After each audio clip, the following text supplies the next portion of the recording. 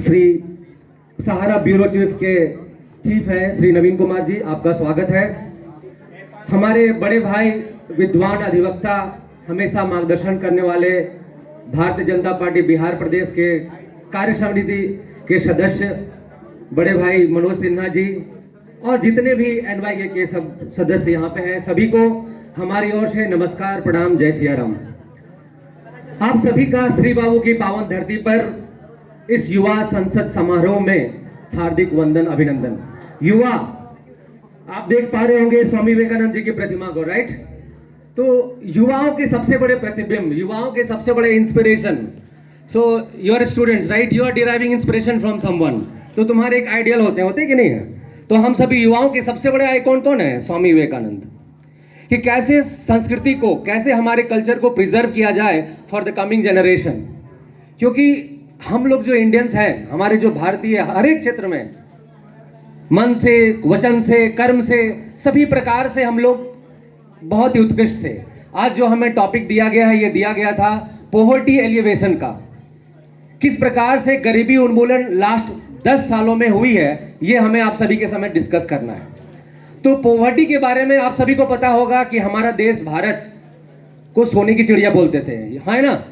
सभी ने पढ़ा होगा। सोने की चिड़िया से मतलब क्या समझते हो तुम लोग? मतलब क्या कि जहां पे टच करे सोना मिल जाए, चिड़िया दाना चुग के आए सोना दे दे, यही?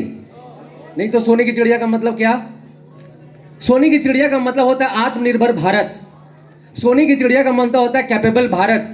सोने की चिड़िया का मतलब होता है समर्थ युवा। सोने की चिड़िया का मतलब होता है सशक्त युवा। और सोने की चिड़िया का मतलब कि सामर्थ्य देश। तो देश को यदि प्रगति करना है तो युवाओं को आगे आना होगा। विलियम वर्ड्सवर्थ ने क्या कहा? Child is the father of man. कि आज के जो बच्चे हैं, आप कल के सांसद होंगे। आज हमेशा मोदी जी आते हैं सभी के समक्ष, तो फर्स्ट टाइम वोटर से इंटरेक्ट करते हैं। फर्स्ट टाइम वोटर से इंटरेक्शन का मतलब क्या है? कि आप डेमोक्रेसी में पार्टिसिपेट कीजिए। क्योंकि हमारा देश वर्ल्ड का सबसे लार्जेस्ट डेमोक्रेसी हुआ करता था। पता है सभी को? सबसे पुराना, अमेरिका बोलते हैं we are the oldest democracy, नहीं, सबसे पुराना हमारे बिहार का एक जिला है वैशाली। नाम सुना है सबने? सबसे पुराना गणतंत्र। तो हम लोग गणतंत्र के मामले, हर एक मामले में वर्ल्ड में सर्वोत्कृष्ट रहे हैं। हम डिस्कस करेंगे कि what are the reasons because of that we have eliminated to the poverty. क्या हो गया ऐसा, क्या रीजन था, and what we can do next so that we can develop till 2047, right? तो हमारे अकॉर्डिंग गरीबी को क्या डिफाइन करेंगे? जैसे अब है कि आयाम चेंज हो रहा है। इससे पहले, मैं यहां पे सरकारों का बखान नहीं कर रहा हूं, मैं नीति आयोग की बात कर रहा हूं। इससे पहले जब पॉवर्टी गणना होती थी, आप लोग बुक में पढ़ते होंगे, किसी की प्रति व्यक्ति आय 500 रुपया, 600 रुपया, 1300 रुपया हो तो वो गरीब होता था, यही ना? यही पढ़ते आए हो। लेकिन जब से नीति आयोग बना है, national institute of transforming India, तो उन्होंने गरीबी के डिफिनेशन को पूरी तरीके से चेंज किया है। अब हम लोग गरीबी की बात करते हैं मल्टी डायमेंशनल पॉवर्टी। क्या बोलते हैं? Multi dimensional poverty. यानी गरीब सिर्फ वो नहीं है जो धन से विपक्ष है। वर्ल्ड बैंक का नाम सब सुने होंगे, राइट? एक ऑर्गेनाइजेशन है यूएनडीपी का। तो वर्ल्ड बैंक, जिसका हेडक्वार्टर यूएसए में है, तो वो गरीबी की बात करता है कि डिप्राइवेशन फ्रॉम द वेलबींग, कि आप अपने वेलबींग से कितने डिप्राइव है, यानी हेल्थ की बात कर रहे हैं। गरीबी का मतलब सिर्फ पैसे से गरीबी नहीं, आप हेल्थ वाइज कितने स्ट्रांग हैं। आज जब देश में कोरोना आया तो इम्यूनिटी बढ़ाई गई, हर्ड इम्यूनिटी की बात की गई। आज जब हर एक गांव में जाकर के महिलाएं, आंगनबाड़ी की सेविकाएं, सहायिकाएं सक्षम पोषण भारत की बात करती है, मतलब एक हेल्दी भारत की बात करती है। वही भारतीय थे। आज क्यों ऐसा हो रहा है कि हम लोग खेल में आगे आ रहे हैं? आप देखते होंगे कहीं रूल बिहार से कोई मुकेश कुमार का लड़का आता है जो कि भारतीय क्रिकेट टीम में एंट्री मारता है। तो ये तो कोई बना बनाए सोने के स्पून से पैदा हुआ बच्चा नहीं था, ये हमारे आपके बीच का बच्चा था। तो जब तक हम स्वस्थ नहीं होंगे तो देश समृद्ध नहीं बनेगा। तो गरीबी का मतलब ये भी है कि हेल्थ को हम कैसे इंप्रूव कर सकते हैं, उसके लिए क्या क्या चीज हुआ। उसके बाद है कि आपका लिविंग स्टैंडर्ड। लिविंग स्टैंडर्ड मतलब है कि आप कौन सा, कैसे प्रॉपर वाटर पीते कि नहीं।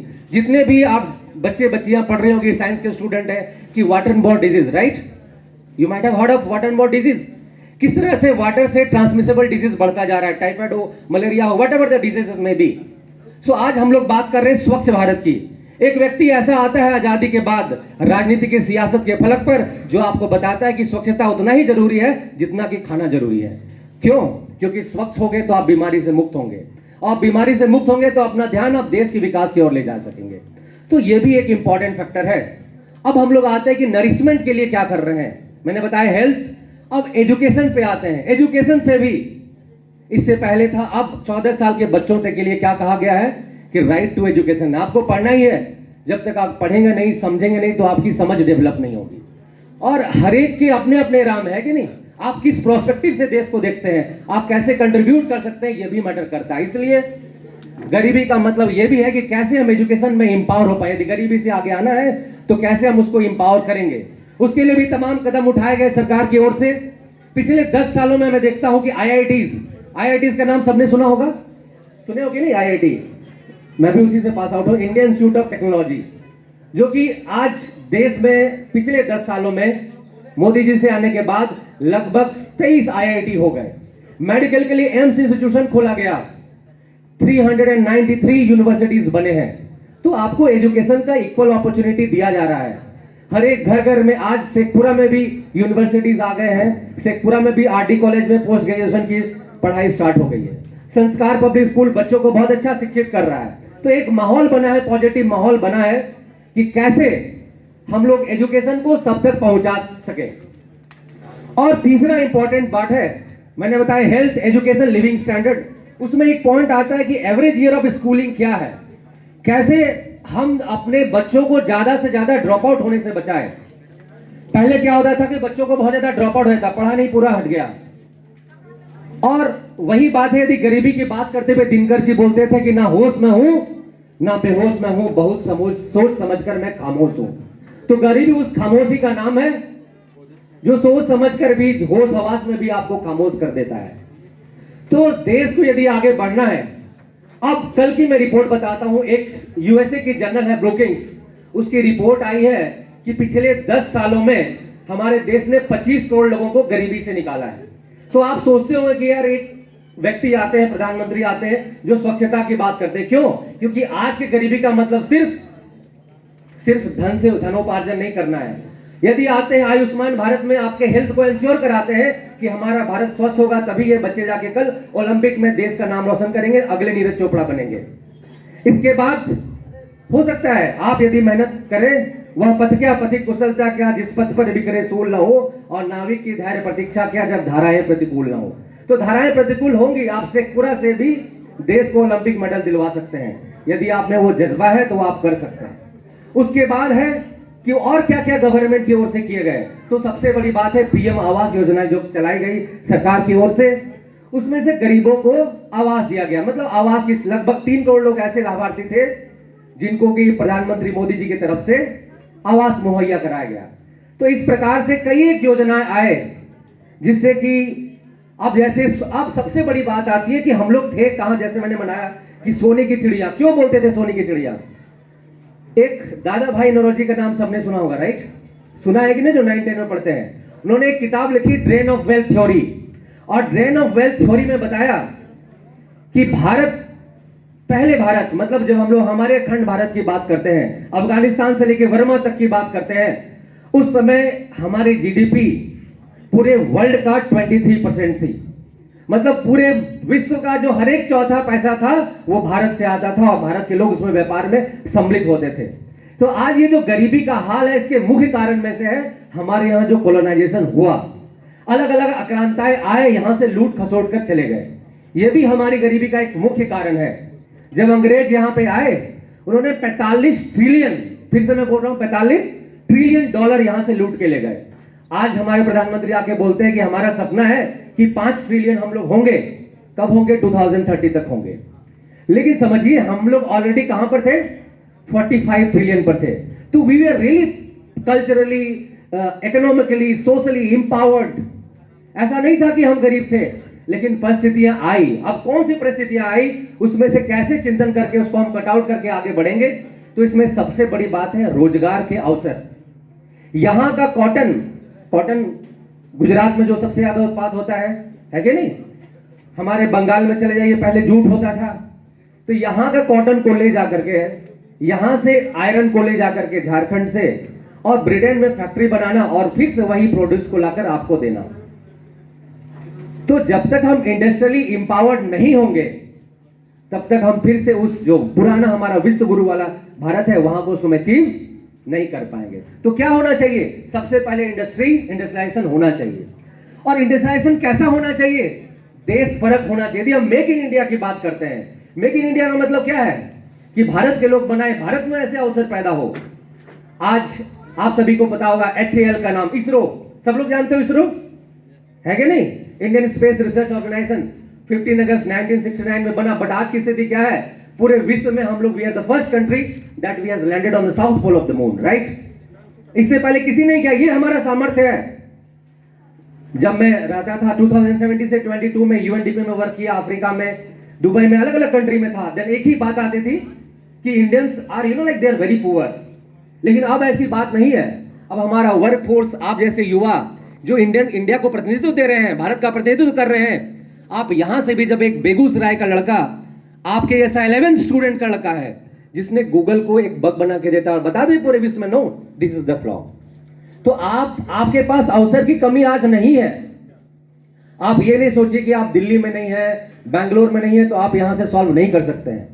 कहते हैं ना कि महाजनो ये इनका तासा पंथा, बड़े लोगों से सीखना चाहिए, अच्छे लोगों का अनुसरण करना चाहिए। तो क्या आप उस बच्चे से अनुसरण नहीं कर सकते हैं? बिल्कुल करना चाहिए। ये सर नो करना चाहिए कि नहीं करना चाहिए? बताओ। करना चाहिए। तो उसके लिए तुम क्या कर सकते हो? जैसे आज सबसे बड़ी बात है लोकल फॉर वोकल की बात कर रहे थे, तो हमारे शेखपुरा में कौन सी समस्या है? कोई भी एक समस्या क्या है और तुम क्या सॉल्यूशन दे सकते हो? 9-10 के स्टूडेंट हो, नई एजुकेशन पॉलिसी आ रही है, अब आपको कोडिंग आता होगा, राइट? इंटरनेट यूज करते हैं, इंफॉर्मेशन का फ्लड है आपके पास, बट मुझे पॉजिटिव इंफॉर्मेशन को कैसे सरपास करना है, कैसे सर्कुलेट करना है, दैट इज योर रिस्पॉन्सिबिलिटी। और इसी रिस्पॉन्सिबिलिटी को लेकर हम आपके बीच में आए हैं कि कैसे युवाओं से हम उम्मीद करें कि ऐसे रोजगार परक शिक्षा है, रोजगार परक शिक्षा में आप क्या हो पार्टिसिपेट करें। जैसे स्किल सेंटर बनाए जा रहे हैं, आज लोगों को कंप्यूटर बेस्ड, आप स्कूल में आ रहे होंगे, वेबसाइट किसी को बनाना है, कोई जरूरी थोड़े, यदि आप बच्चे समर्थ हो जाएंगे तो हमारे शेखपुरा में भी एक वेबसाइट की कंपनी बन सकती है। तो अपॉर्चुनिटी आपके पास है, आपको ग्रैस्प करना है। हम आए बताने के लिए कि आपके पास वो सामर्थ्य है और इस सामर्थ्य यदि आप पॉजिटिव यूज करेंगे तो इसको आप पार पा सकते हैं। तो अब पॉवर्टी एलिमिनेशन के लिए मैंने बता रहा था, जैसे बताया कि स्वास्थ्य के लिए आयुष्मान भारत योजना सरकार की ओर से चलाई गई है। शिक्षा के लिए मैंने बताया कि IITs इंस्टीट्यूट ऑफ एमिनेंस बनाया गया। और सबसे बड़ी बात स्कूलों में, पिछले साल में यहाँ हम भी आए थे, हमारे बड़े भाई मनोज सिन्हा जी भी आए थे, यहाँ पर परीक्षा पे चर्चा चल रही थी। उस वक्त एक बात आई थी हम सभी के बीच में कि PM श्री स्कूल बनाए जाएंगे। क्या बनाए जाएंगे? PM श्री स्कूल और अटल टिंकरिंग लैब, यानी कैसे आप इनोवेट करके टेक्नोलॉजी को अपने आम जीवन में यूज करके कैसे अपने प्रोडक्टिविटी को बढ़ा सकते हैं, दैट इज योर ओनर्स। और ये हम सभी युवाओं के बीच है, एक बहुत बड़ी मोरल रिस्पॉन्सिबिलिटी है कि कैसे हम लोग इसको कल्याण करेंगे। अब पॉवर्टी के लिए भी अब जैसे क्या कर सकते हैं हम लोग, मैंने बताया स्वरोजगार के लिए हमारे पास एक PM स्वनिधि स्कीम आया है, PM मुद्रा स्कीम आया, यानी आपके पास कोई स्टार्टअप आइडिया है, then you just go and contact to that relevant person, और आप अपने नए नए आइडिया से स्टार्टअप इंडिया के तहत आप अपने अपने नए जो भी स्टार्टअप है उसको ला सकते हैं और देश को रोजगार के क्षेत्र में, देश को उन्नति के क्षेत्र में आप कोऑपरेट कर सकते हैं। तो हमारे पास चैलेंजेस है बट हमारे पास सॉल्यूशंस है। और आज सभी लोगों का सामर्थ्य का ये परिणाम ये है कि पिछले 10 सालों में देश ने लगभग 25 करोड़ लोगों को, कितने लोगों को? 25 करोड़ लोगों को पॉवर्टी से निकाला है। हम पॉवर्टी मतलब फिर से बता रहे हैं, मल्टी डायमेंशनल पॉवर्टी, जिसमें हम लोग हेल्थ की बात करते हैं, एजुकेशन की बात करते हैं, लिविंग स्टैंडर्ड की बात करते हैं। लिविंग स्टैंडर्ड में आपको एक सैनिटाइज लाइफ चाहिए होता है। अपने घरों में आपकी जिम्मेवारी आसपास में कि कैसे आप स्वच्छता को मेंटेन रखेंगे, कैसे अपने क्लास के परिसर को, कैसे अपने प्रीमाइसेस को, how will you keep clean, that is your owners and responsibility.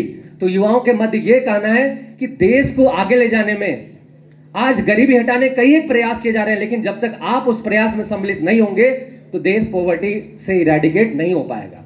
बिल्कुल अच्छी बात है कि हम अच्छे पेस पे आगे बढ़े हैं। कहते हैं कि संभव है सब कुछ, असंभव कुछ नहीं, और हौसला कर ले बुलंद तो देर कुछ भी नहीं। और देर नहीं, अंधेर नहीं, यदि आप राइट डायरेक्शन में भी तो honest heart and clear intention आप आते हैं तो डेफिनेटली क्या होगा, देश गरीबी से मुक्त होगा।